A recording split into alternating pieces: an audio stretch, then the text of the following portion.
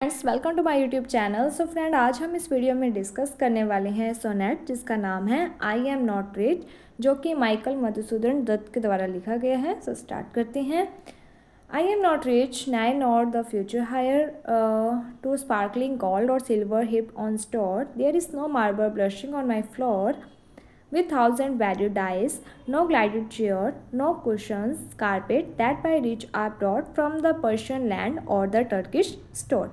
तो यहाँ पर जो दत्त हैं, स्पीकर हैं, उन्होंने ये बात कही है कि मैं अमीर नहीं हूँ, ना तो मेरे परिवार में इतना पैसा है कि यानी कि पुराने जैसे हम कहते हैं ना कि ख़ानदानी पैसा, ना तो वो है, और ना ही मैं अमीर हूँ, ना ही मेरा ऐसा कोई घर है जहाँ पर बहुत महंगा मार्बल फ्लोर के ऊपर लगाया हुआ है, ना ही मेरे घर पर ऐसी चेयर्स हैं जिसके ऊपर अच्छे तरीके से बहुत कपड़ा अच्छा लगाया हुआ हो, ना ही मेरे घर पर ऐसे कुशन्स हैं, कारपेट हैं जो कि रिच लोग यूज़ करते हैं। और ये जो रिच लोग होते हैं, ये सारा सामान ये बाहर के देशों से मंगवाते हैं, जैसे कि पर्शियन लैंड से मंगवाते हैं, टर्किश स्टोर से मंगवाते हैं। There is no manual waiting at my door attentive to the need. ना ही मेरे घर पर कोई सर्वेंट है जो कि कोई भी अगर गेस्ट वगैरह आता है तो उनको अटेंड करता है, मतलब मेरे घर पे कोई भी सर्वेंट्स वगैरह नहीं है। And all this things rare, ये सब चीज़ें बहुत रेयर होती हैं, दुर्लभ होती हैं, बॉर्न इन रिमोटेस्ट रीजन, उन जगह पर जहाँ पर ऐसे लोग नहीं होते हैं, यानी कि जहाँ पर गरीब लोग हैं वहाँ पर ये सब चीज़ें देखने को नहीं मिलती है। That shine in and the grace the rich man's hold, ये सब चीज़ें कहाँ पर होती हैं? आर वेंटिंग हेयर, कि जो अमीर लोग हैं उनके घरों पर ये सारी लग्जरीज दिखाई देती हैं। These are not things that by blind fate have been allotted ever to the poor man's share, कि ये सब चीज़ें हैं जो वो गरीब लोगों के हिस्से में नहीं आती हैं। These are not things these eyes have ever seen, ये वो चीज़ें हैं जो कि इन लोगों ने कभी देखी भी नहीं हैं। Though their proud name have sounded in these years, तो अमीर लोगों के जो होते हैं नाम वगैरह वो इनके कानों में आते हैं, उनके बारे में ये सुनते हैं कि अमीरों के घर पे ये होता है वो होता है, लेकिन जो गरीब लोग होते हैं वो कभी भी इन चीज़ों को अफोर्ड नहीं कर सकते हैं। तो यहाँ पर जो स्पीकर हैं उन्होंने सोसाइटी भी बताया है कि किस तरीके से सोसाइटी में जो लोग हैं वो इकोनॉमिक बेस पर टू क्लासेस में डिवाइड हो चुके हैं, एक अमीर लोग हैं और एक गरीब लोग हैं, उनके बारे में बताया है, उनके लाइफस्टाइल के बारे में बताया है। तो यहाँ पर हम समरी देख लेते हैं। Meaning and analyse of the poem. तो यहाँ पर दत्त ने सोसाइटी के अंदर किस तरीके से इकोनॉमिक बेस पर क्लास यानी कि जो लोग हैं वो दो हिस्सों में डिवाइडेड हो चुके हैं, टू क्लासेस के बारे में बताया है। एक क्लास है जो रिच लोगों की है और एक वर्ग वो है जो कि पुअर लोग, गरीब लोगों का है। सो अब हम इसकी समरी के बारे में देख लेते हैं।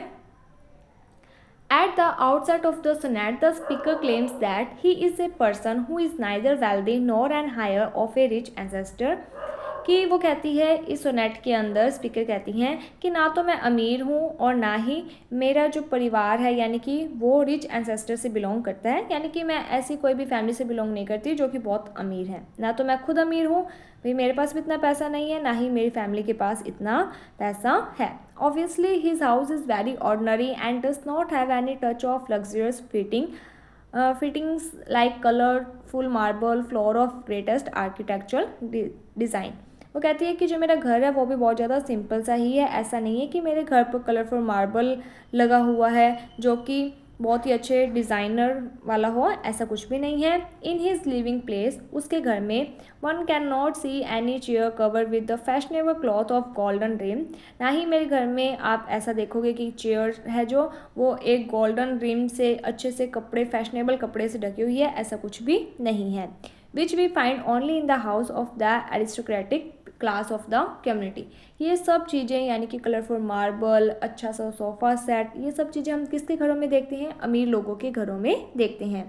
नो पर्शियन कारपेट और cushion can the speaker afford, इसके साथ ही स्पीकर कहती है कि मैं पर्शियन कारपेट, कुशन्स वगैरह भी अफोर्ड नहीं कर सकती, इतनी महंगी चीज़ें मैं अफोर्ड नहीं कर सकती।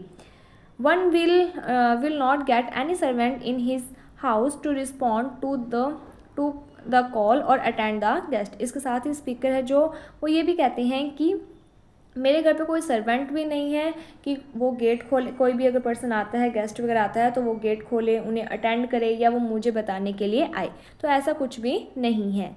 Needless to say the rare shopies do not add the glory of the whole of the speaker. इसके साथ ही स्पीकर कहते हैं कि मेरे घर पे कोई ऐसा शोपीस भी नहीं है जो कि मेरे घर की सुंदरता को बढ़ाए। The speaker finally bring the issue from his personal perspective to all the poor people. इस तरीके से जो स्पीकर हैं वो अपना एक जो पर्सनल दृष्टिकोण है गरीब लोगों के प्रति उसके बारे में बताते हैं।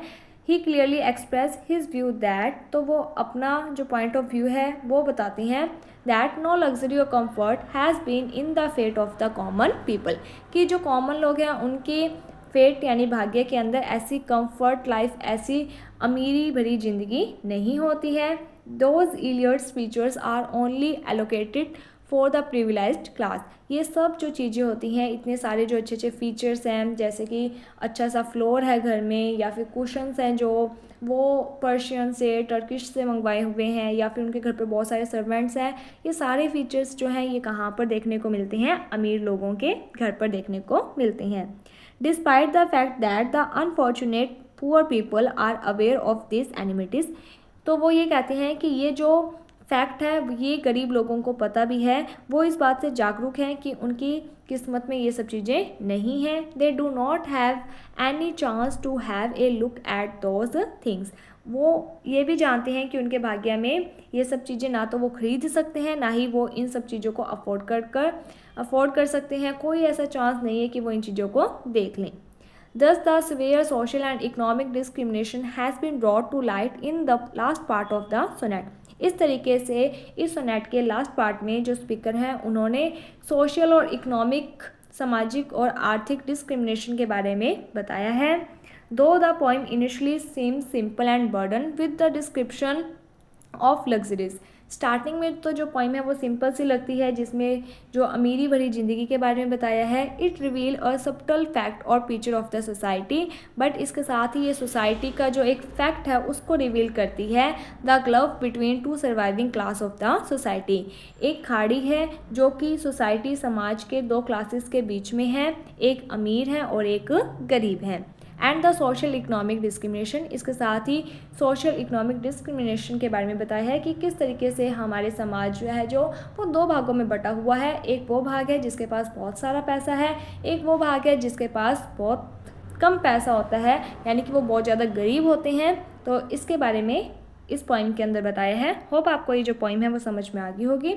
अगर आपको कोई भी डाउट होता है तो आप हमें कमेंट सेक्शन में बता सकते हो, आपका डाउट दूर कर दिया जाएगा। इसके अलावा टेलीग्राम ग्रुप नई शुरुआत के नाम से बनाया गया है, आप उसे भी ज्वाइन कर सकते हो, वहाँ पर भी अपने डाउट्स वगैरह पूछ सकते हो। वहाँ पर आपके जो डाउट्स हैं वो दूर कर दिए जाएंगे। अगर आपको किसी भी टॉपिक पर वीडियोस वगैरह भी चाहिए तो भी आप वहाँ पर बता सकते हो, आपके लिए उस टॉपिक पर वीडियोस भी प्रोवाइड करवा दी जाएगी। अगर आपको ये वीडियो अच्छी लगी है तो like my video, subscribe my channel. Thank you friends for watching my video. Thank you.